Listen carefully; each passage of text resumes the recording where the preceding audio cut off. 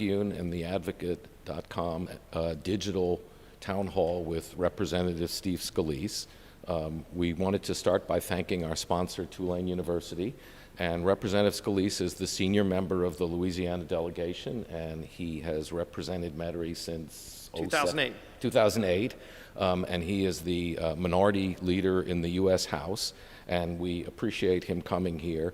Before we started, I thought I would explain that this event is occurring, it's a virtual town hall, so there's no audience, and it's occurring in accordance with state guidelines for size of crowds, and there are I guess 5 people in here and the security detail, which is in the next room. One thing I know people asked when we said we were going to do this is what happened with your announced self-quarantine. Yeah, so good to be with you, by the way, Okay. and that everybody watching, hope y'all are staying safe and obviously following the guidelines. About 2 weeks ago, I had some meetings around my district, and mostly small groups like everything, and frankly, a lot of people were already going to conference calls anyway. And then that evening, I got a call from the attending physician of the House, so the doctor of Congress. He covers both the House and Senate, and he told me that one of my colleagues, Mario Diaz-Balart, had just tested positive for coronavirus, and I think he was the first member to have tested positive. And I had a meeting with Mario just a few days prior in my office on one of the final days before we finished the second relief package and went back home. And so we were in a meeting in a very close setting for an extended period of time where he felt I should self-quarantine. So I did that, met the 2-week requirement on Friday night. So Friday night I got freed, where you're kind of holed up in the house for that whole time. Now my kids were home, and he said I could be around my family, so that wasn't a problem. Obviously, if I got a fever of over 100.4, that's really the concern that they ask people to watch is, if you can look for 100.4. Luckily, my temperature went from like 97.7 to 98.1, so I was good there. Ended up doing a lot of conference calls and doing some homeschooling as well, which a lot of parents are probably familiar with. So it's good to be back out, still doing limited things publicly, but doing a lot by the phone. And frankly, that's what most people are doing right now anyways, working remotely. Yeah, that's what we're, so you never tested? I feel great. Now, never took a test, never got over 98.1 degrees, so it wasn't a concern of the fever, monitored everything, but I felt great. And I talked to Mario today, actually, Mario Diaz-Balart, and he's finally feeling better. He went through a period of about 5 days where he never went to the hospital, but it was a very, very bad flu-like period where he had fever and just real bad nausea, but he's feeling better, thank God. Okay, and, well, that's great. Pray for everybody who's out there dealing with this. Okay, well, we're glad you could make it here. What I thought we would do maybe is you could start out with kind of an overview, like a couple of minutes of overview of the stimulus bill. We have solicited questions, and we continue to get questions while this is going on. And there's no topic that people are barred from asking questions, although in picking which questions to ask, I think we're going to focus on the stimulus bill and the mechanics of it. There are some questions from people who don't completely agree with the stimulus bill, but they are about the stimulus bill. But the number one question, which I assume you're going to answer in your introduction, is people want to know when they're getting the money. Right, and so we passed the bill in a very quick period for Congress. There were 3 different relief packages going back to the first week of March, and that was a bill about $8 billion to bulk up the Centers for Disease Control. You see Dr. Fauci and his team that have been out there giving guidance, and frankly, it hasn't been President Trump saying states need to do this, but CDC is giving the guidance, and you're seeing every state follow pretty closely to the T what the guidance should be. So we bulked up CDC, we bulked up the National Institute of Health's budget, and a lot of that is focused on, number one, testing, making sure more tests could get out, because back then you really had no testing that was available. It was just starting to come online. We made sure that we covered the full cost of the tests, so that was something included in that bill. But also real money to do research on a vaccine. And you're seeing already a lot of companies finding some creative things, including drugs that were pre-approved by the FDA for things like asthma and arthritis that are proving successful, though no silver bullets, but a lot of money there for testing. And for coming up with a vaccine and cures for this. So that was in the first bill. Then we did the second bill, which was really focused primarily on 14 days leave for people. And this was right when people were starting to some people were getting symptoms, people were still working. This was the second week in March. And some people were wanting to take leave, but the businesses weren't able to handle that. So we passed a bill to help businesses pay for up to 14 days of leave, and it could be extended if you're treating somebody, if you yourself had coronavirus or you're treating somebody with coronavirus. That bill is still on the books.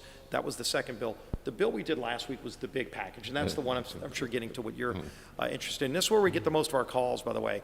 Anybody that wants to call, if I can say this, Peter, our website is fully operating, scalise.house.gov. We have all kind of information there at the very top of the page.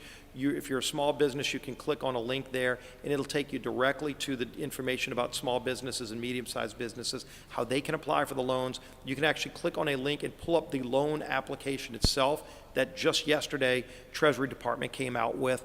We also have information for individuals. This gets to the individual package, because the real three components of the bill that we passed last week, and again, massive bill, $2.2 trillion, unprecedented in Congress, and moved through very rapidly in a very bipartisan way for the most part. But that bill is focused on three parts. One is for individuals. This is the $1,200 per person, $500 per child money. That will come in automatically. It's operated through the IRS. So if you paid your taxes last year, you will automatically be in the IRS's files so they know how to find you. This is time, it's a good time that they're going to be finding you, because they'll be sending you the check. If you did automatic deposit last year, they have that information. They will automatically deposit the amount that you're eligible for. There's an income level cap above $75,000 a year, so it declines after that, but roughly $1,200 per person. That will come to you automatically if you didn't file taxes, or if you just mailed in a check and they don't have your automatic deposit information and you want to get them that. In the next few days, the IRS will have a site where you can give them your bank information. They'll automatically deposit that money.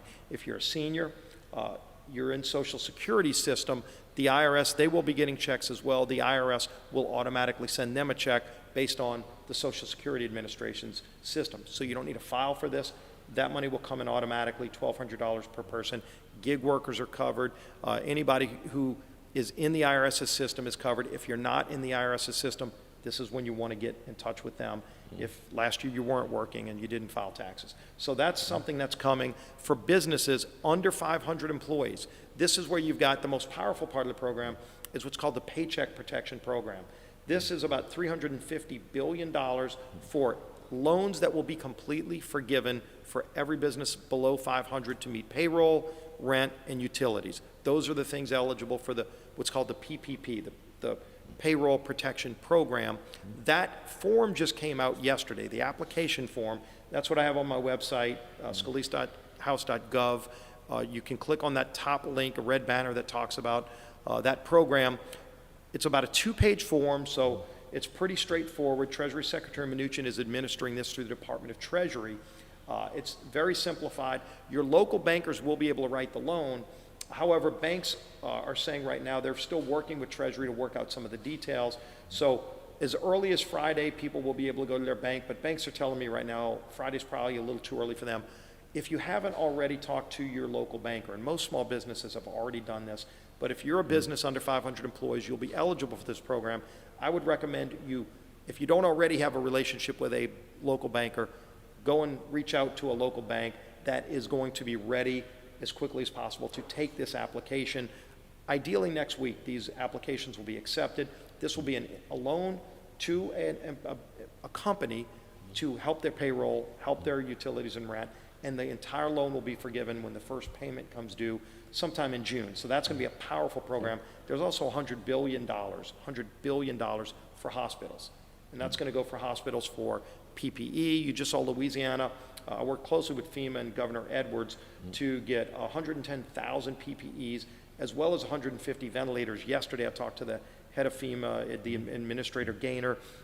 Those, I think, arrived today, 150 ventilators to the state. The state will ultimately distribute those based on need for ventilators. We're working on more ventilators, of course, but there's $100 billion for hospitals for all kind of things, not only for PPE for their staff, but also for the losses. A lot of our hospitals are facing dramatic losses because they don't have elective surgeries, things that pay the bills at your hospitals. Right. Yeah. Every hospital is struggling. There was a lot of money in that bill for that too. 150 billion as well for state and local government. So 2.2 trillion, a large package. Unfortunately, because of the way things are right now, that money is going to go quickly.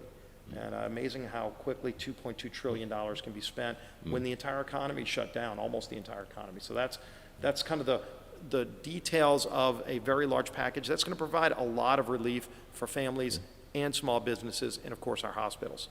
Okay, that's well explained and brief, so I admire And we can it. give you, there are a lot more details on the website, scalise.house.gov. You click on coronavirus update, and it's got a big breakdown on all of that information, or you can reach out to our office if you have any questions. Okay. Dave from Metairie asks, and I think you may have answered this, you don't have to be unemployed to receive a stimulus check. That's correct. Okay.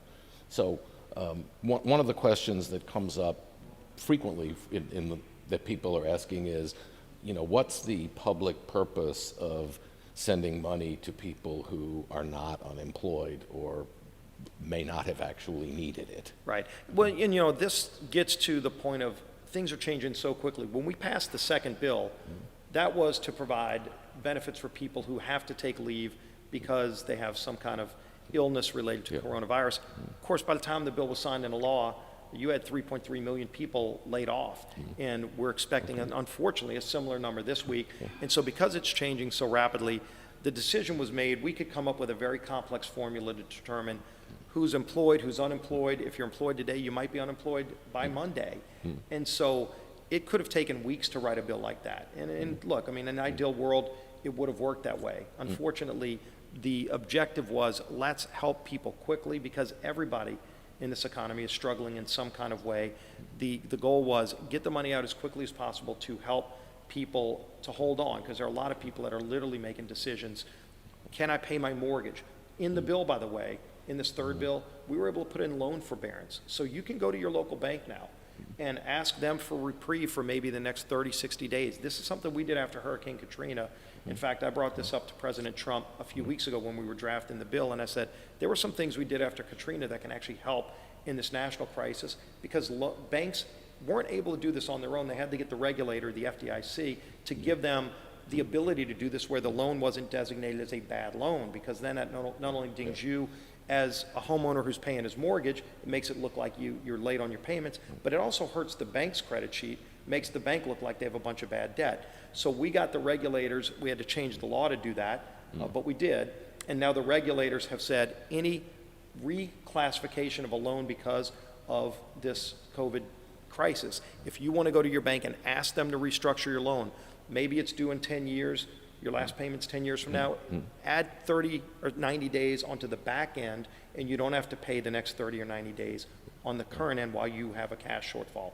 That's in the bill too, so you can go to your banker not only to ask for a loan, but also to ask for reprieve, it's called loan forbearance, and the regulators have now said if the bank gives you that forbearance, whether it's your home mortgage or a business note, the bank can give you that break, that relief, and a lot of banks want to do that, by the way, because they don't want bad debt on their books. And they don't want to take over your house. And they don't want to, you don't want to be foreclosing on businesses in a good time, surely not in a time like this. So that's in the bill. We had to change the law to do that, but we were able to get that in there again. That was some Katrina-related disaster protections that helped homeowners and businesses that we were able to get into this bill. Now, and I see what you mean, and of course banks are more regulated than they were before Katrina. Much more regulated, so that's why we had to yeah. waive additional laws to do that. Yeah. So Caleb from Metairie, and this is another theme that comes up, says why have 17 to 24-year-olds claimed as dependents been left completely out of the bill? Well, they haven't been left completely out of the bill because there's just two categories of individual assistance, $1,200 for adults, $500 for children. Once you're an adult, you're on your own. If you're in school, let's say, and whether it's LSU or high schools, every school is closed right now, you still will be able to get that money. Now, the difference is if you aren't already in the IRS's system, you wouldn't get that money if you're an adult unless you go to the IRS and register for it. So if you file tax returns in 2019, if you already filed your 2020 returns, by the way, which you still can do, and I didn't mention this, but the Treasury Secretary did extend the deadline for filing. April 15th used to be the date. This year it will be July 15th. There will be no penalties and no interest if you owe money to the IRS as long as you pay it by July 15th. Doesn't mean you don't have to pay it, just means if you could still file your taxes, even if you owe money, you just don't have to pay that money until July 15th, and there will be no penalty, no interest. That doesn't happen often. That's available now too. But you would, if you're a young adult and you hadn't filed taxes before, you wouldn't get the money if you didn't register, because the IRS doesn't have any, they either have seniors through Social Security or individuals through the IRS. If you haven't paid taxes before, you will have to go register with the IRS.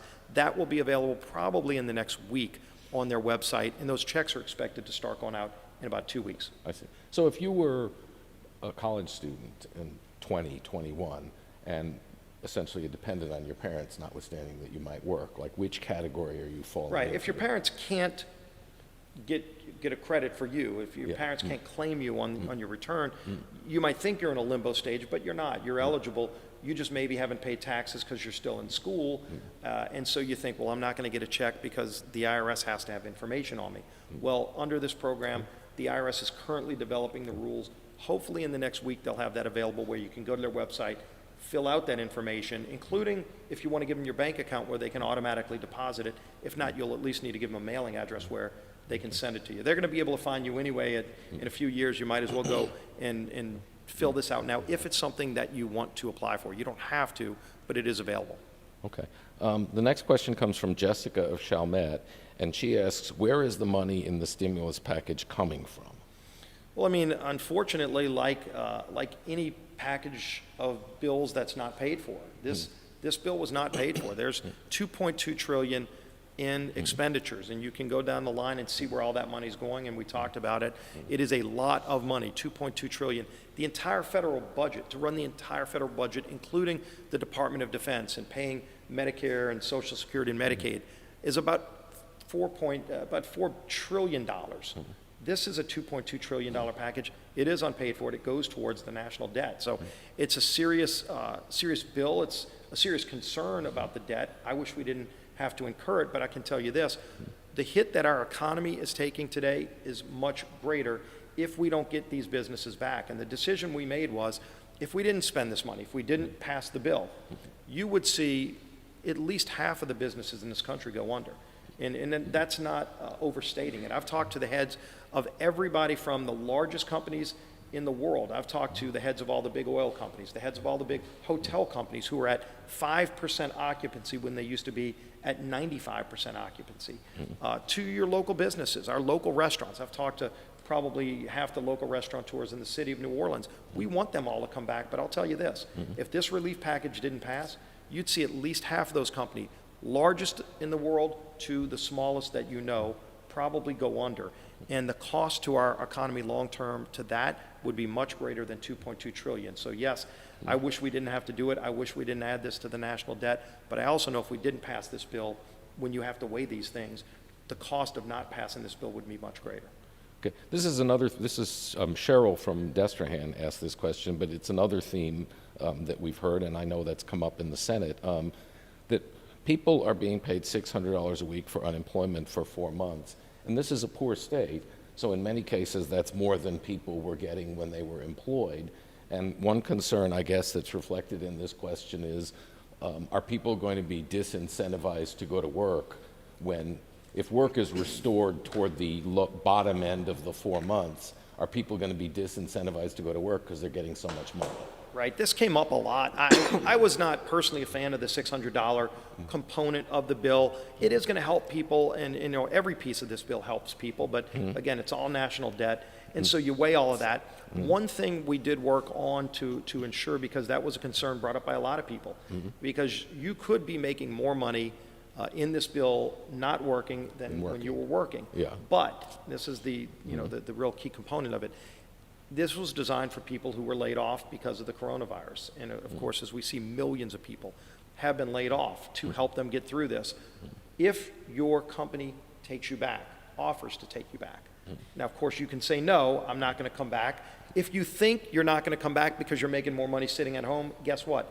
The $600 goes away the moment your job comes back. So a lot of employees under this bill, the Paycheck Protection Program was designed to keep small businesses alive, but also to get them to bring their employees back on payroll, because we're paying the payroll through the employer. If your employer calls and says, hey, we just filed and got this loan, we can now pay your salary and come back, we want you back. If you say, no, I'm going to sit at home, that's your choice, but you lose the $600. Oh, okay.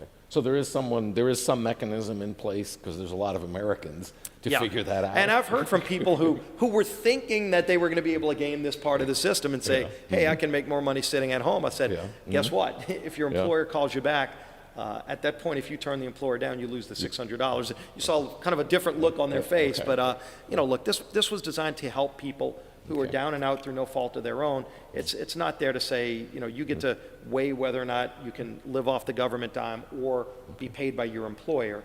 If your employer says you can come back, then that's a choice you're going to have to make, but you're not going to be able to keep that $600. Okay. And the same person who asks the questions asks whether people on welfare are getting these checks. If they had an IRS account, in essence, then they would, yes. Yeah. Okay. So they would, but if they didn't have an IRS account, they wouldn't. Right. And again, if they didn't, then they can go and file for that. But they are eligible. They would be eligible. Okay. All right. So they could go file an IRS. They could go file an IRS account. Yeah. And the good news is, before all of this, we had seen a dramatic drop in the unemployment rolls. We saw a dramatic drop in the number of people on welfare. Again, those rolls have mushroomed because now we're in a new world right now. Yeah. Henry from Bastrop asks, who's not one of your constituents, but we'll let him ask a question anyhow. Yeah, we're happy to help. Henry from Bastrop asks whether corporations benefiting from grants under the legislation have mandatory incentives to bring manufacturing back to America. You're already seeing a big incentive to bring manufacturing back in America, but that's not going to be a specific criteria for the large employer section. I talked a lot about the small business and medium-sized business component, where you can actually get your loan fully forgiven. There is a component of this bill for businesses larger than 500 employers. And a lot of the attention there was put on the airlines. And as we know, I mean, if anybody's flown lately, you're seeing, the good news is you probably have your own 737 to yourself now, because there's nobody else hardly on those airlines. I saw some numbers yesterday from the Airline Association.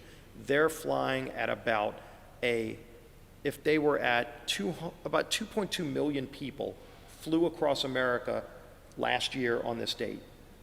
Yesterday, about 180,000 people flew across America. Dramatic drop. So you're talking about maybe about 7%, 8% of the people who flew last year flying today, 8%.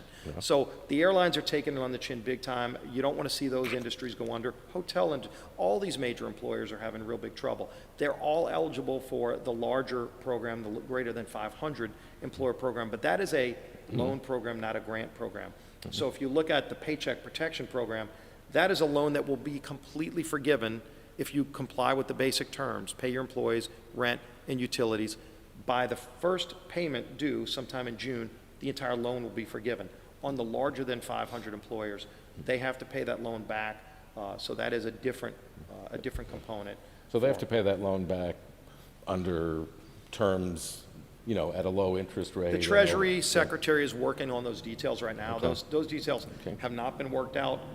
Again, Secretary Mnuchin's been working through this. He helped draft this bill, but he also knows now there are a lot of things that the Federal Reserve is doing. There's probably over $2 trillion in what's called commercial paper.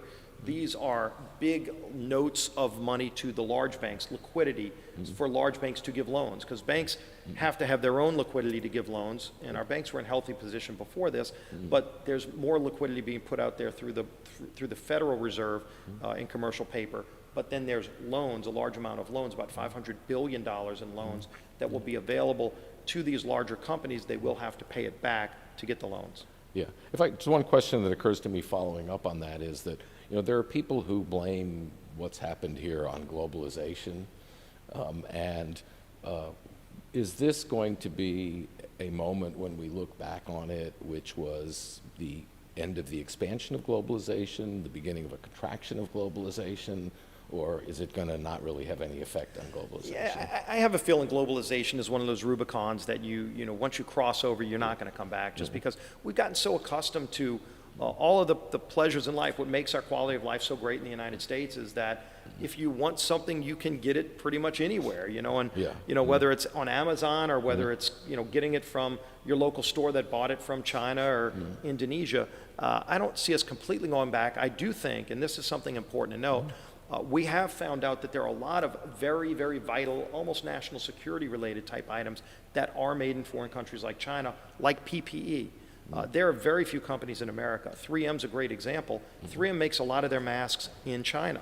And so getting that back here has been tough. A lot of our medical supplies, including a lot of our pharmaceutical drugs and products, are made in foreign countries, mostly China. There is a strong push to bring that back to America. This has proven why we need to do that. Even most ventilators are made in foreign countries. I found a company in Idaho that makes ventilators the other day from one of my colleagues who represents the state of Idaho, and we were talking about that.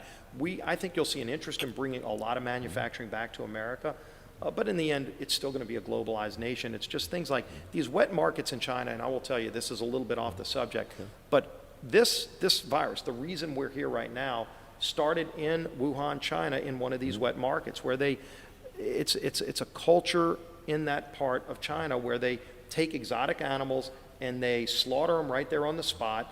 Sometimes they don't even cook them properly. And that's where SARS came from. It's where COVID-19 came from. And I think there's got to be a discussion by all the countries of the world that everybody's affected by this. They're talking in China about opening that wet market back up again. That's something we all should be very concerned about because their standards are not only low, their standards are dangerous and have actually started 2 different pandemics, at least, that we know of. And so that's something we should be watching closely. I know the president's concerned about that and is talking to China about it as well. But it's something we, as not only in the United States, every country in the world has to say, okay, we're going to go and decomp this thing at some point and say, how did it start? We know where it started. How did it spread so widely? How can we stop it from happening again? Well, one way you can stop it from happening again is saying the same place where this started and SARS started is opening back up again. That's crazy. We ought to address that. Okay. Tina from Scotlandville asks about the $1.8 billion that was issued to Louisiana. And what's that for? And are we getting? Is that money that is just allocated based on population?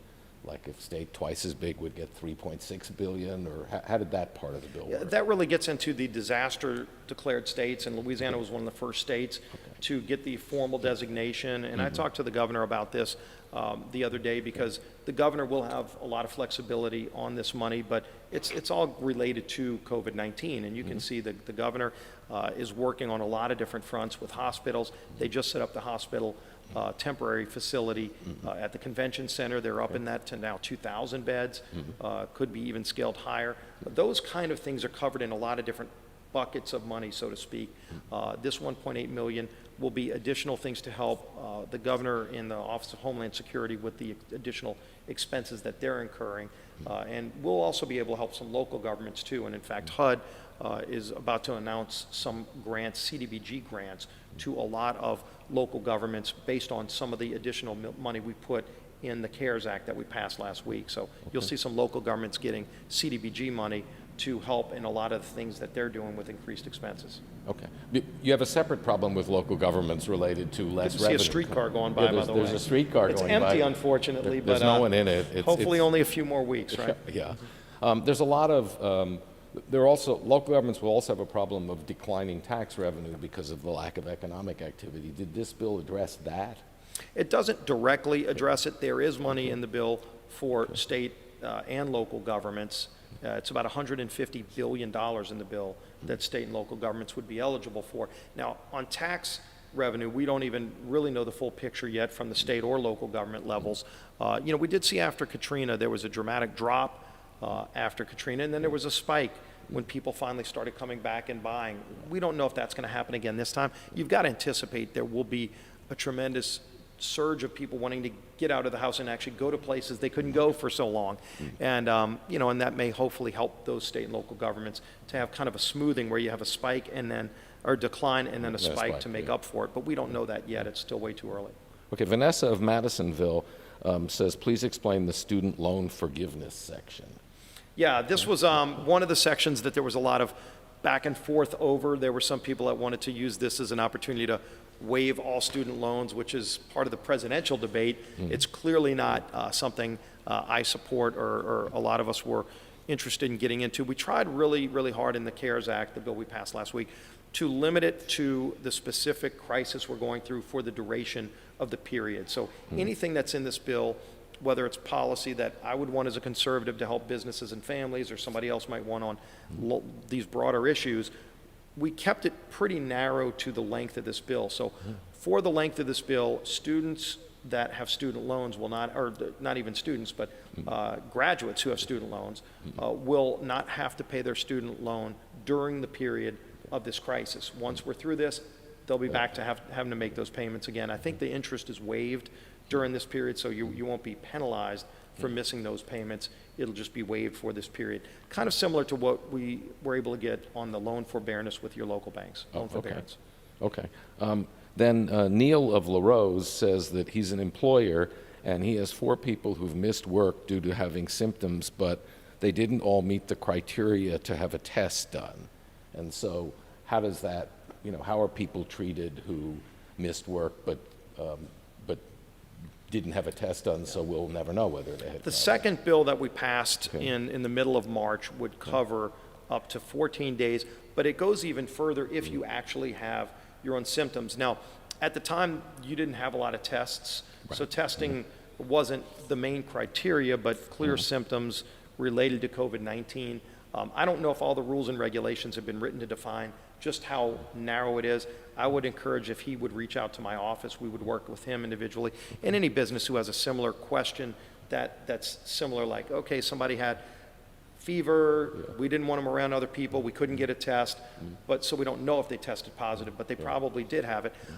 We can help you walk through that specifically for your business, because those are going to be individual cases. Again, go to scalise.house.gov. You can email us through the website, or you can call any of our offices, even though the offices aren't physically opened, because we don't want, we don't want people coming in and out right now. All the calls are being answered by my staff. My staff are still all working remotely, so they have laptops. They can access any information you need. Call our offices, and we will work with you to find out an answer. Okay, this is from John in Independence, and he, excuse me, he asks whether, are you going to push legislation to repeal the non-vivid 19, I think he means coronavirus 19, relief items in the stimulus bill, like the Kennedy Center? Lots been made of those unrelated items. I was very frustrated and disappointed that held the bill up for a few days. A colleague of mine, Brian Stile from Wisconsin, did file a bill to repeal the Kennedy Center, $25 million. Of course, that got a lot of attention because not only did that hold the bill up, but after they got the money, they laid off their workers, including their musicians. And that just, even for people who supported it, I didn't support that part of the bill, but even people who supported it were shocked that, and I think blindsided by them taking the money, pocketing the money, and then firing all the workers. And it boggles the mind. So there is a bill to rescind the money. Frankly, I strongly support that bill, and I think we should take the money back. I mean, this should be for helping people get through this, helping them keep their workers. Again, you go look at the Paycheck Protection Program. You lose that money if you lay your workers off. If you get the money in the loan, it's no longer a grant. You would have to pay it back if you laid your workers off after taking the money. Yeah. Okay. Kennedy Center should do the same. Okay. Are there other provisions in, I know the Kennedy Center's got a lot of attention. Are there other provisions in the bill that you found distasteful and had to vote for anyhow? There are, and like I won't go detail by detail because there were some very, very egregious ones, including many that were permanent policy, like changing voter registration laws, which had nothing to do with this, or emissions for airplanes. That was not in the bill. Ultimately, we pulled all of that stuff out of the bill. There were a few remaining items, and look, in a $2.2 trillion package where you're negotiating with Republicans and Democrats and the president, you're not going to have everything you want in a bill like that, but then you weigh it and say, again, even going to the debt issue, which was a major concern, are we better off or worse off as a country with this bill passing or failing? And we're dramatically better off as a nation with this bill in law, working for families and businesses, than if this bill didn't pass. Yeah. Speaking of things that aren't in the bill, the Strategic Petroleum Reserve refilling. That was a disappointment not getting that in. I will say there were two parts of that I worked very hard on. One was previous law required the Strategic Petroleum Reserve to sell to sell oil about 2 months ago. And talk about a crazy idea where you buy on average, the federal government has about 750 million barrels of oil in reserves. And it's more for national security. Unfortunately, sometimes it got used as a piggy bank. So that oil was going to be sold, about 18 million barrels. It was bought at $63 a barrel, and this is the brilliance of the federal government. They were going to sell it at about $35 a barrel. Okay. And I called the Secretary of Energy and asked him if he could hold off on that sale, and we talked through it, and he agreed to do that, to his credit. And ultimately then, they needed language in the bill. The law was going to require them to make a sale by September 30th. And of course, now oil's in the 20s. The oil and gas industry is just in an incredibly bad spot right now. And so it would be a ridiculous, stupid idea to sell it right now. So we got language in the CARES Act to push that sale off for at least a year and a half, so that they will not have to sell it right now. But then we said, wait a minute, you've got the lowest price of oil maybe we've seen in generations. We've got a capacity to put probably another 78 million barrels of oil in the ground, taking a lot of that glut off the market at a low price. Why don't we buy now in this bill? And we initially had $3 billion set aside to do that. At the last minute, it got pulled out because the other side were trying to put some of these, carbon emissions on airplanes requirements in it. And ultimately, it became one of these battles, and both sides lost what they wanted, and none of that got in the bill. But that would have been something that the taxpayers would have got a benefit from, because we'd be buying oil at a glut price of about $20 a barrel, and then holding it as an asset until it gets higher, like well over $50, and would have helped oil and gas companies by removing some of that surplus from the market that the Saudis and Russia have put in place, because right before coronavirus hit, Saudi and Russia got in a big fight and glutted the market, and then Saudi discounted the price of oil by 20% below the market value. And I've talked to the State Department about this. We need to go after the Saudis for what they did there, because they're really trying to manipulate the price of oil to kill the fracking industry in the United States, to kill our oil and gas industry. It's a national security threat. The State Department's aware of it. We're trying to work through that right now. Okay. George of Thibodeau asks, is it accurate that the bill includes an increase in pay or benefits for congressmen? No. Okay. There was money for equipment, things like laptops, because a lot of members now and their staffs are working remotely. In fact, now pretty much every member of Congress all across the country, their offices are closed or limited in how people can go in, so most of their staff are working remotely. So there was money put there for laptops. Some people thought it was for a pay raise for Congress. Congress hasn't had a pay raise since, I think, 2009, so that is not in the bill. Okay. But I understand we got some of those questions. Okay. If you're Patricia says that she's a self-employed hairdresser, and how does it work if you're a self-employed hairdresser? Which I wish someone would cut my hair right now. I know, I need, it won't take a long time for me, but, this was something we got a lot of questions on. Hairdressers, 1099s, people who are self-employed, the gig workers, if you're a musician in New Orleans. We wanted to make sure that all of those people would be able to be covered as well. And so first thing, you're eligible for the $1,200 per person. And again, that will come automatically. If you were a hairdresser, you were already filing taxes, so that's going to come automatically through the IRS.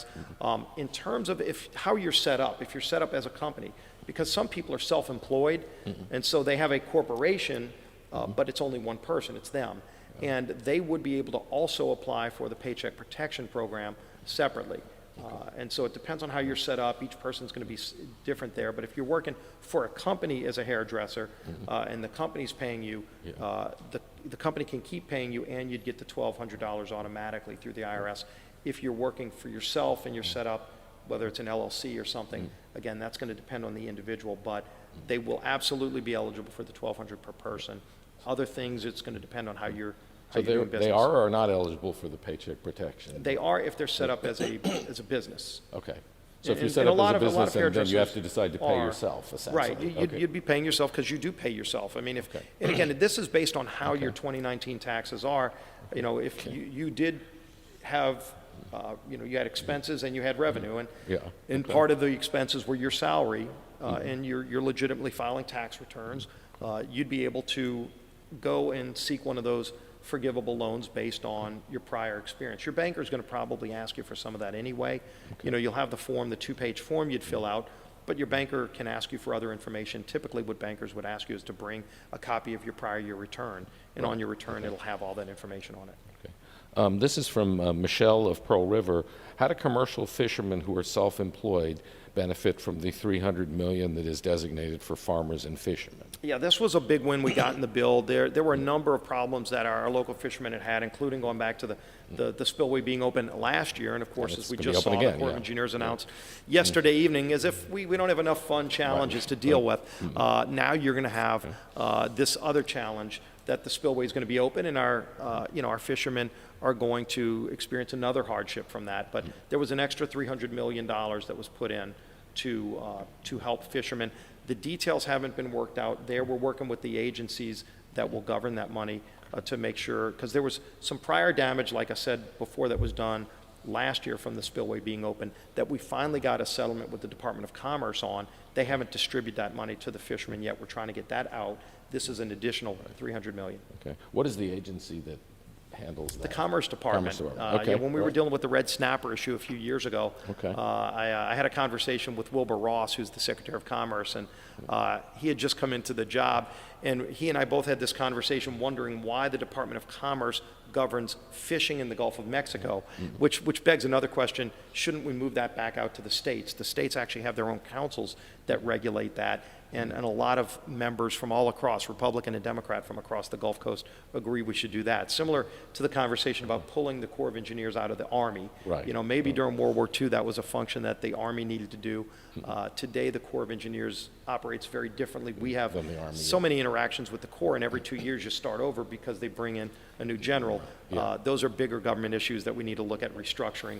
Obviously, that was not part of this package. That was not part of this. Okay, so Julie from Mandeville says, we have an SBA loan from Katrina that we're still paying on. Is there forgiveness for this? The bank can give loan forbearance. And again, this goes back to the ability, whichever bank you got it through, if you got it through the SBA specifically, there are also SBA lenders. So if you went through a bank to get that SBA loan, I would recommend that they go and talk to that banker that you got the loan from and ask if you can get, again, what's called loan forbearance. The authority is in the CARES Act. We put it in that the bank doesn't have to, but again, many of these banks want to do it because if you're having a hardship, they don't want you missing payments because it's not good for you and it's not good for the bank. So you can go ask the bank today for that forgiveness. Okay. Sherry from Covington says, Representative Scalise, as a nursing supervisor, I'm in dire need of PPE. We've reached out to our representatives. I've been put on a PPE waiting list with the state. I've reached out to FEMA, no luck. I want to be able to protect my staff. How can you help me? Well, I share her concerns, and this has been a big concern from the beginning when you saw a run on PPE. And you know, typically hospitals don't go through this massive amount, but then you've got a pandemic, you've got a virus that people still aren't sure how to treat it, and so if you're using a lot more PPE than you normally would. So hospitals typically have their own vendors, and at least hospitals still are getting some PPE from their traditional vendors, but it's harder to get now. So there was a national stockpile that was created years ago, and so the national stockpile has been distributing the PPE to the states. And like I said, Sunday I got word from FEMA that another 110,000 PPEs were delivered, and I think they were delivered Monday of this week, to the state. And ultimately, the state, through the Office of Emergency Preparedness, determines where those go. Again, hospitals still are buying their own PPEs, probably not able to get as many as they need through vendors, but you're also seeing more get distributed to the state. And then ultimately the state is going to be distributing, it probably is distributing as we speak, the 110,000 that they just got on Sunday. So one of the discussions about this is whether, you know, that states are bidding against each other and hospitals are bidding against each other, and whether there should be sort of federal control of the resource. Yeah, you know, and I had this conversation with FEMA Administrator Gaynor yesterday when I talked to him about the ventilators specifically, but I also talked about supply chain issues and concerns I've heard, not just from our hospitals, but from my colleagues around the country, questioning, you know, is the federal government buying up the large supply, and that's why hospitals and states aren't able to get them, and is the price so high because they're all competing against each other? And the answer I've gotten from a lot of people, not just from FEMA, is that it's not just that the federal government, states, and hospitals are buying. every country in the world is buying. I mean, unfortunately, we don't have a lot of companies in America that make these PPE. Most of them were made in China. Those factories were shut down, by the way, for months. And so that already limited a supply that was artificially inflated, and not artificially, but just through this crisis was inflated. And so then you see other countries, Italy's buying up as many as they can, France is buying. So it's a worldwide bidding war. What we are seeing, and this is one of the positive signs of American ingenuity, is a lot of people getting into the business of making masks and other PPE with pretty effective results. In fact, I was talking to Tulane, who's doing some research on, and a number of other hospitals are doing this, where they have ultraviolet light that they use to cleanse things like, you see a lot of the hospitals now have laptops on wheels where they roll laptops from room to room to do a lot of the imaging and diagnostics, and they have UV that they put on those to clean any bacteria, and it kills COVID-19. So they're now using those effectively on masks. And so, for example, people are getting innovative because if there's a shortage, what do they say, necessity is the mother of invention. And so people have figured out that you can extend the shelf life of an N95 mask, for example. It might only go 5 or 6 times.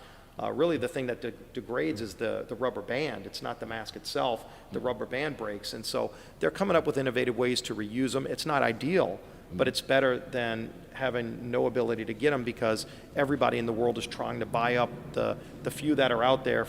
In normal times, there would be a glut on the market, but because these aren't normal times, and hospitals are using way more than they normally would because they have such an increase in their ICU facilities with people that have COVID-19. So there is a run on the worldwide market. At least you are seeing people start picking up the pace and coming up with ways to make their own or extend the shelf life while we're trying to get more supply. Okay. Jared of Lafayette says, why do hospitals have to pay back their stimulus money? Well, in the bill that we just passed, the $100 billion for hospitals, those are grants that cover a number of different things. It covers the cost of testing. In the bill, by the way, the CARES Act, it actually covers the full cost of treating people with COVID-19. Because initially, in the first 2 bills we passed, we put money in place for testing kits and then for the full cost of the test. So you won't have to pay anything out of pocket to get tested, including copays. There are no copays if you have insurance. But then we went to the next step and said, if somebody does have COVID-19, whether they're on uninsured or whatever they are, that treatment is going to be covered in the bill. So that money is going to go to hospitals. You're also going to get, again, money for hospitals that are losing money today because they're forced to shut down all of their elective surgeries, which pay a lot of the bills for all of these hospitals. They're not getting that revenue. So that's going to be, in essence, grant money. I'm sure hospitals can seek loans like any other business can seek loans, but there is specific money for hospitals that's not repayable. Okay. $100 billion. Okay. One thing a few people have asked about is if you owe child support, how is that? Does that interplay at all with the money you're going to get from the federal government? I don't think child support payments are factored. You'd still have to pay them. Right. I haven't seen anything that interferes with how people would have to pay their child support.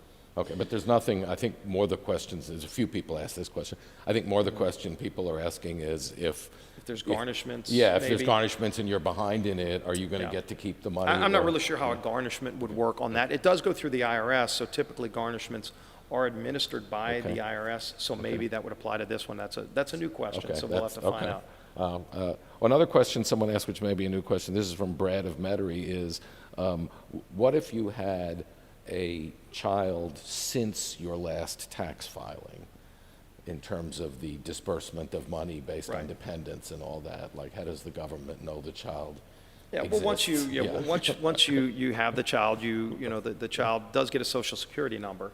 And that would be filed, again, go to the IRS and you can update your account to make sure that they have that new Social Security number. All right. But that child would absolutely be eligible. The child is entitled, but somehow you have to figure out how to inform the IRS will have to know that the child you now exists. have 4 instead of 3 or whatever the number is if your tax return from last year, if your family size changed from your last tax return, that's what the IRS is going to be backing this on if they already have an account with you. This is from Andrew of Murrow, and it's similar to a question I asked earlier, but his understanding is that the $600 in increased unemployment would come on top of the state unemployment benefit, That's which correct. is $247. So his question sort of is, if we're going to pay people $847 a week to be unemployed, how are we going to get people who made less than that to come back to work? And That I gets think to you the answered other it, question. yeah. It's a hardship payment that ultimately was determined that we would do that in this bill. But if your employer is ready to take you back, if you choose not to go back, you lose the $600. You're out of luck, yeah. Okay. If you're in default on your student loans, asks Ashley of New Orleans, if you're in default on your student loans, do you still get a stimulus check, or does the stimulus check money go to pay off the student loans you were in default on? I haven't seen that they're going to apply. Again, this just came out, so the IRS is still developing the final rules. That's why I say, even if you want to go and register with the IRS because you weren't on file with them, or you want to have automatic deposit for for that on file, that hasn't been formulated yet by the IRS. I'm not sure how they're going to do garnishments. That would go back similar to the question about child support. IRS does do garnishments on payroll for certain things. I don't know if they're going to apply that to this check. Okay. But I'll find out. Lacey of Mount Hermon asks if it's possible to get a list published of who inserted what pork into the bill. I wish. Now, nothing you inserted was pork. And I'm very proud of the work I did to make sure that we could get the loan forbearance. I called the president directly about that. He really liked the idea. He said, go sell Secretary Mnuchin on it, which I did, and I worked with our leaders who were writing that bill, and we got that in the bill, and that's going to help a lot of families, not just in Louisiana, but it's going to be something that we learned and experienced and benefited from during Katrina that helped a lot of people here that are now going to help people all over the country, as well as the language I put in on the SPRO. And some of those other provisions that we fought for. But I would like to see that disclosed. I know some of the things that were in the bill that we pulled out that I would love to expose as well, because there were some things that I would think would be disgraceful, that even on a good day, if you want to have a policy conversation about how voting law should work, this was not the time to have that, and it cost us days. There were literally, Sunday of last week, the bill was completed. All sides, Republican and Democrat, had worked really hard to get a bill that would have worked well for so many people in this country, and then it got held up literally for 2.5 days over those unrelated items. And so even though it got passed without that garbage in it, that cost people, and I know during those days there were companies laying off their workers, thousands at a time, because they weren't sure what was going to happen. And so, the time's of the essence. It's why we want this bill to work quickly. Again, we could have drawn it up a lot better, tweaked things, made sure that somebody that's working is not getting the check, someone's not working is getting. It would have added weeks to the drafting of the bill to get that kind of language included, and we just didn't have weeks for people who are literally hanging on by a thread. And so ultimately those decisions were made. Tough decisions, but I think in the end it's going to help hold our economy together in this hopefully limited number of weeks that it's going to take us to bring the curve down and then get beyond this crisis where we can finally start turning things back on again. Okay, Ben of New Orleans says, Canada just unveiled its plan to give citizens twice as much cash relief as the U.S. is planning. Good for I don't know if you Canada. follow We're what not Canada's doing it. we're not going to get into a bidding war with them, but good for Canada. They might not have, by the way, had as rich of benefits for all the companies that will need to be around to employ people again, so that we can have jobs to go back to. But it's let Canada handle Canada's business. I hope they come back from this. We need to make sure this great country and this great economy comes back. Okay. Alex of New Orleans says, I'm concerned with President Trump's rhetoric toward Democratic governors he perceives as not being nice to him. Can you assure us that no matter what, Louisiana will be treated fairly by the federal government? Louisiana has been treated very fairly, and I think you've seen the governor and the president work well together. Look, when President Trump is commending Governor Gavin Newsom of California, these are unique times for sure. And in the end, I think you've seen some things said in heat's a moment, but at the end of the day, I've seen incredible work and relationship between people of both parties. And just look at the 3 bills that we put together in a month's period of time. I mean, you're talking about historic bills that are true lifelines to millions of people in this country, hundreds of millions, I would argue, that are going to benefit from this. And we did all of this in less than a month's period of time in response to this historic crisis. So, you are seeing people work together that never have before, and hopefully this is something we can hold on to when we get to other difficult issues, because there will be differences between the parties. But on the big issues that this country faces, if we can do more things where we're coming together like this, we'll be in much better position. Okay. Two more questions. One is from Laurel in Laplace, and she says, will nurses be covered by the Relief Act granting 2 weeks emergency sick leave if they catch the virus? My human resources told me that nurses are exempt. Hospital workers are exempt from some of the components that allow people to leave, I think, to take care of other people. But in terms of them being sick themselves, I do think they would be covered. Okay. All right, and this is the last question, because I said we would have you finished by 4 We're o'clock. rolling through a lot of them. You're a good moderator here. This is, you've done a great job answering them. Jack of Mandeville, this is the last question, asks, why have you become a socialist by supporting a bill to send money directly to people? During the Obama years, you seem to be more worried about the deficit. Have you changed your position? Still very concerned about the deficit. And again, you know, when you look at where we are, where we were with our economy just 2 months ago, we had the hottest economy not only in the world, but we had the hottest economy arguably in the history of our country. And it was because, by the way, of policies that I helped fight for working with this president.